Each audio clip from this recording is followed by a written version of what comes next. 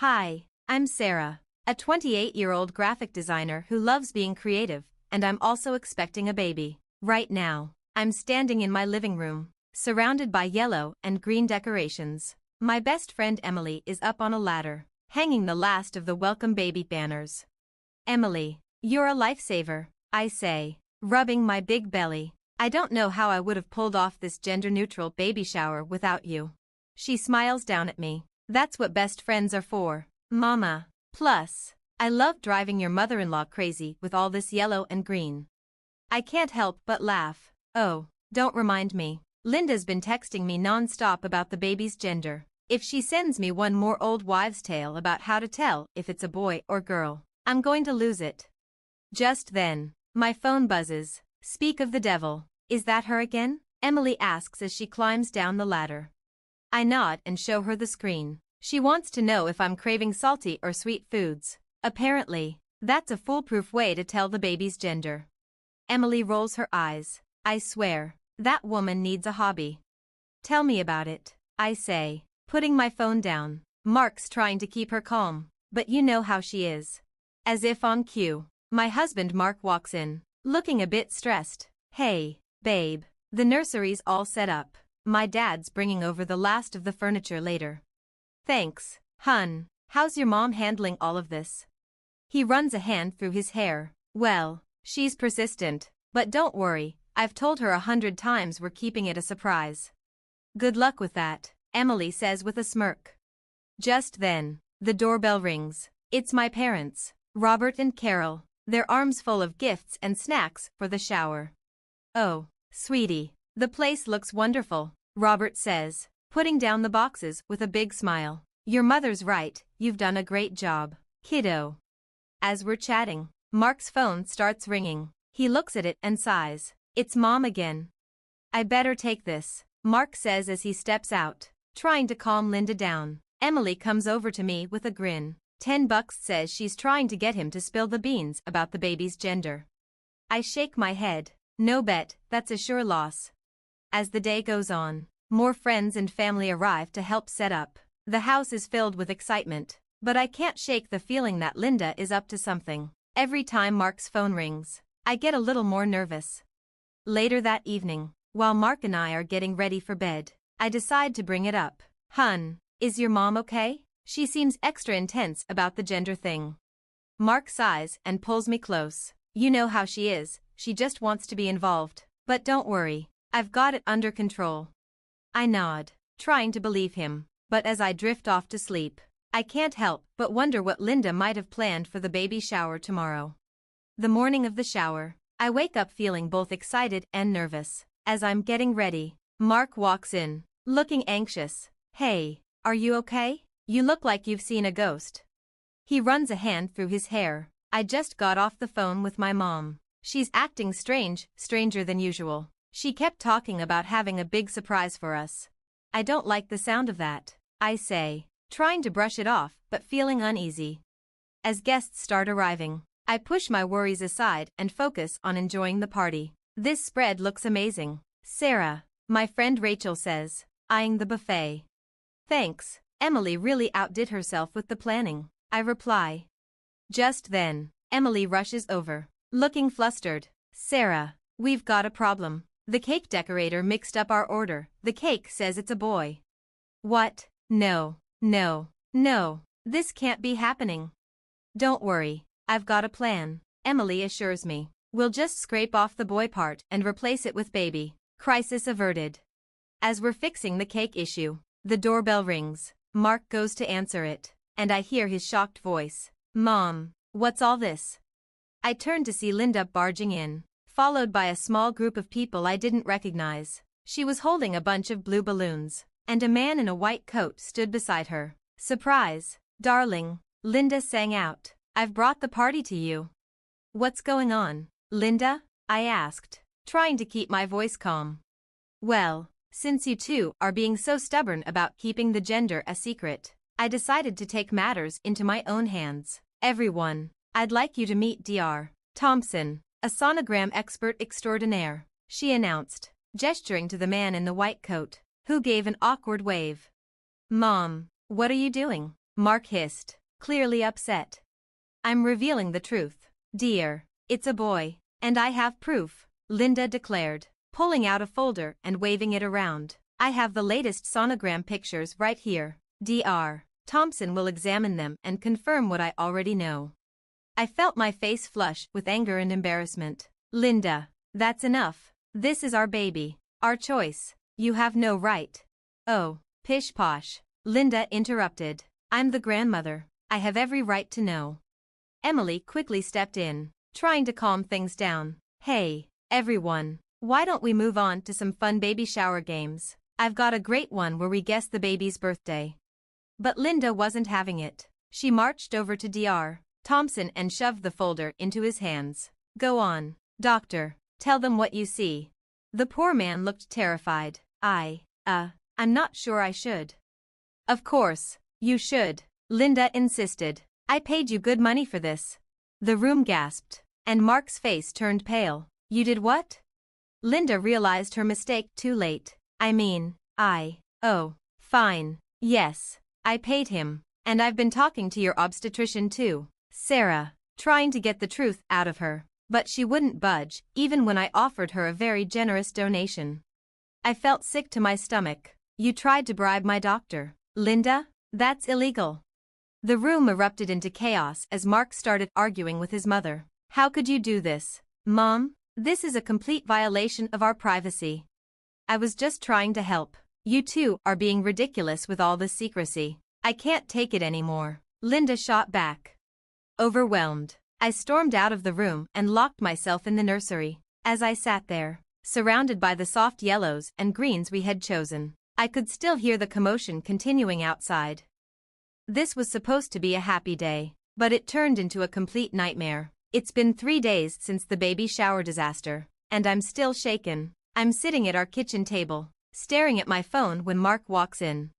How are you holding up, babe? Honestly, I feel awful. Your mom violated our privacy, possibly broke the law, and ruined what was supposed to be a special day. Mark sighs, running his hands through his hair. I know, and I'm so sorry. I've been trying to talk to her, but she's just not listening. Just then, my phone buzzes. It's Emily. Hey, what's up?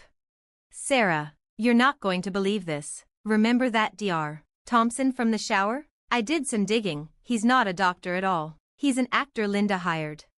I nearly dropped my phone. Are you serious? How did you find out? I recognized him from a local theater production. I called the theater, and they confirmed it. His real name is Steve Daniels. I relay the information to Mark, and his face turns red with anger. That's it. I'm calling my mom right now. He puts the phone on speaker as Linda answers. Hello, dear. Have you come to your senses about the gender reveal yet? Cut the crap. Mom, we know about the fake doctor. How could you do this? There's a pause before Linda responds, her voice defiant. I did what I had to do. You two were being ridiculous with all this secrecy. I can't hold back anymore. Linda, you had no right. You violated our privacy and potentially broke the law. Oh, please. I'm the grandmother. I have every right to know about my grandchild. Mark's voice is ice cold. No, Mom, you don't. And until you can understand that and apologize, we're going to need some space. He hangs up, leaving a tense silence in the kitchen. I need to file a complaint with the hospital. I say, if she tried to bribe my doctor, who knows what information she might have gotten.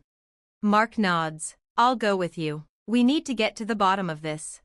The next day, we're sitting in the hospital administrator's office. The woman across from us looks serious. Mr. and Mrs. Johnson, I want to assure you that we take patient privacy very seriously. We'll conduct a full investigation into this matter. As we're leaving, Mark's phone rings. It's his dad. George. Son, we need to talk. Can you and Sarah come over? When we arrive at Mark's childhood home, George looks tired and upset. I'm so sorry, both of you. I have something I need to show you. He leads us to his study and pulls out a box filled with papers. Your mother. This isn't the first time she's done something like this. I've been keeping track over the years. She's always had trouble respecting boundaries, especially when it comes to family. Mark looked stunned. Dad, Why didn't you ever say anything? George sighed. I thought I could manage her behavior, but after what happened at the shower, I realize I've been enabling her. It's time for this to stop. He handed us the box, and inside, we found letters, emails, and even legal documents detailing Linda's past manipulative behavior. There was an incident at your cousin Jenny's wedding, George explained. Linda tried to change the venue without telling anyone because she didn't like the original choice. And when your brother Tom was applying to colleges, she submitted applications in his name to schools he didn't want to attend. I felt a mix of vindication and sadness. George, thank you for showing us this. It helps to know we're not alone in dealing with her behavior. Mark put his arm around me, his voice determined. We're going to get through this, Sarah, together. And we're going to make sure our baby is protected from this kind of manipulation. After reviewing the evidence George gave us, Mark and I sat in our living room, trying to decide our next move. I can't believe it's come to this, but I think we need to take legal action, I said. Mark nodded, looking resolute. You're right, we need to protect our family. I'll call a lawyer first thing tomorrow.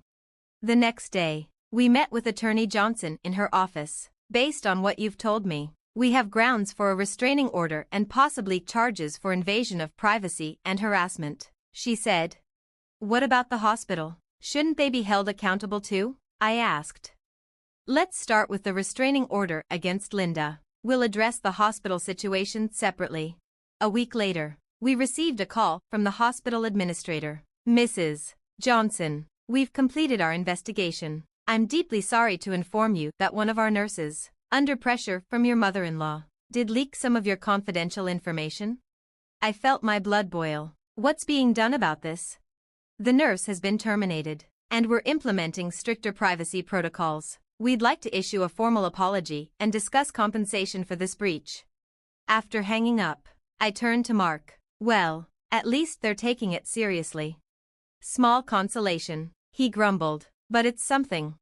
Weeks passed, and finally, we found ourselves in the courtroom. Linda sat at the defendant's table, looking defiant. The judge entered, and the proceedings began. Our lawyer presented the evidence, the fake sonogram expert, the attempted bribery, the leaked medical information, and George's documentation of past incidents. Linda's lawyer tried to paint her actions as those of an overzealous grandmother, but the judge wasn't buying it. Mrs. Linda Johnson, this court finds you guilty of harassment and invasion of privacy. You are hereby fined $10,000 and ordered to attend mandatory therapy sessions to address your controlling behavior, the judge declared. I squeezed Mark's hand as the judge continued. Furthermore, a restraining order is granted. You are to have no contact with Sarah and Mark Johnson unless they initiate it. As we left the courthouse, Mark turned to me, his eyes filled with remorse. Sarah, I'm so sorry. I should have stood up to her years ago. I promise, from now on, our family comes first, always. We're in this together. Mark, we'll get through it, I reassured him.